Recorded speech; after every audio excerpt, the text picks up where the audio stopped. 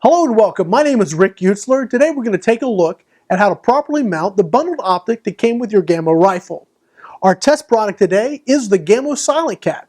Now the first thing you're going to want to do is familiarize yourself with the instructions and owner's manual that came with your rifle. Let's go ahead and open this up. So let's go ahead and look at what we have in this package here. We have our very important user's manual, warranty activation card, an explanation of Gamo's limited warranty, contact information should you run into problems, and most importantly, we have our scope instruction sheet. Now this piece is very critical. If you have any questions as we go through this process, this is what you're going to need to reference. Okay, now that we've been through the manufacturer's instructions, let's go ahead and start mounting our scope. The first thing you're going to need is a secure place to work on your rifle. Trying to do this by balancing it or holding it or wedging it and still trying to put your scope on the gun is just going to cause you problems. So make sure you have the proper equipment. The first thing we need to do is go ahead and remove the scope from these rings. You can take your Allen key and simply remove the screws from the top.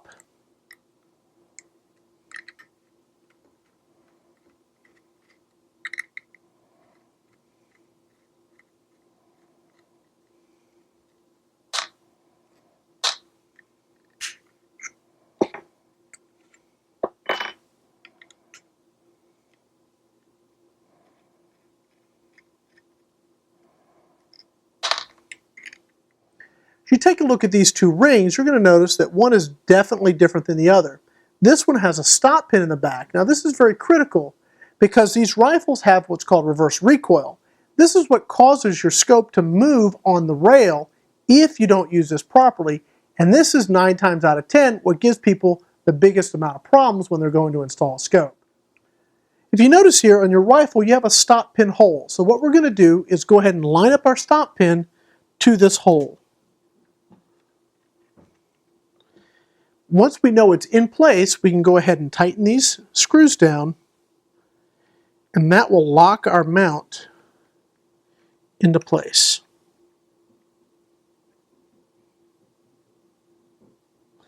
You can adjust the height of the stop pin through the access in the top of the mount here. So once we're sure we've got this mounted securely, we'll go ahead and tighten up that stop pin so that we know it's definitely in that hole properly. We'll go ahead and place the front mount about 3 or 4 inches in front of the rear mount. Make sure that your screws are all facing in the same direction.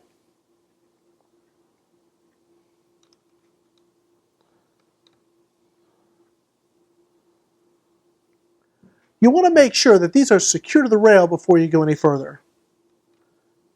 Don't over tighten because you can strip these out if you're not careful.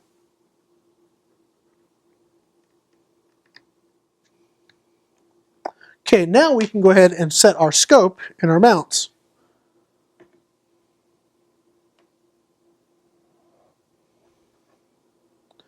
I'm going to replace your top set of rings and begin reinstalling the top screws.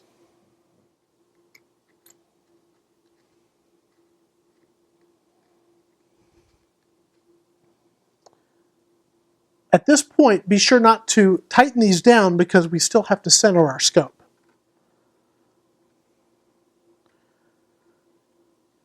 So you're just putting these screws in and snugging them up.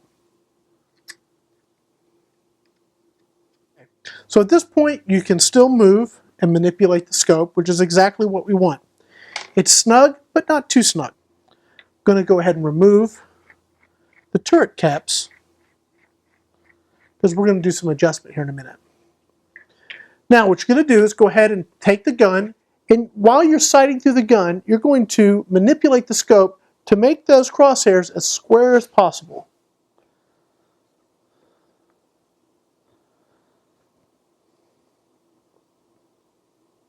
And that's about it. That wasn't too bad.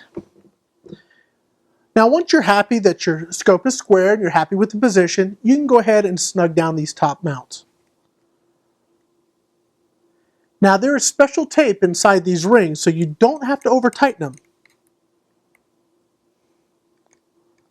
That tape will actually hold your scope still for you. Now that we have our scope basically mounted, we need to work on sighting it in. Now, this part can get a little tricky. Let me show you how it works. The first thing we want to do is make sure that we follow proper safety precautions.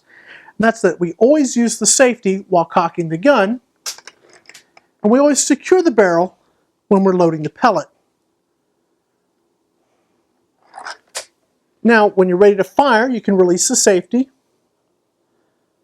I'm going to aim it at my target and see where it lands. Okay, as you can see, we're not that far off. We're a little low and a little to the left.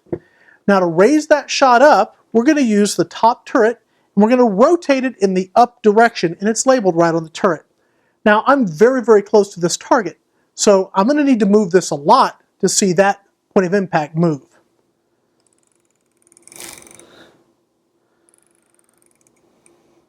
That's about one full rotation. Let's see what kind of change that makes.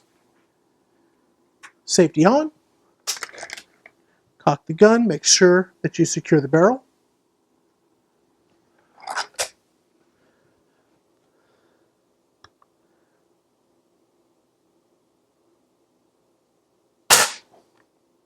That's a whole lot better. Still just a little bit to the left. Now, if we want to move that to the right, we're going to use this side turret. And again, it's labeled with an arrow that says left, so if we want it to go to the right, we need to move the opposite direction.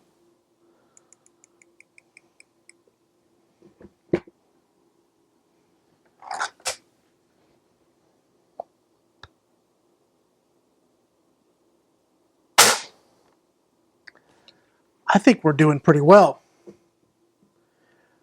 Now, this is shooting very close, so once you are happy with your adjustment at this range, you can go ahead and back up to a more reasonable range, say 20 yards or so, and make your final adjustments with the scope.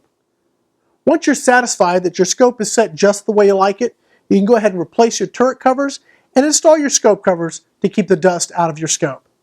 If you have any questions, be sure to always remember you can go back and reference the materials that came with your rifle, and also you have that direct phone number to Gamo in your paperwork. My name is Rick Utzler. Thanks for joining us today.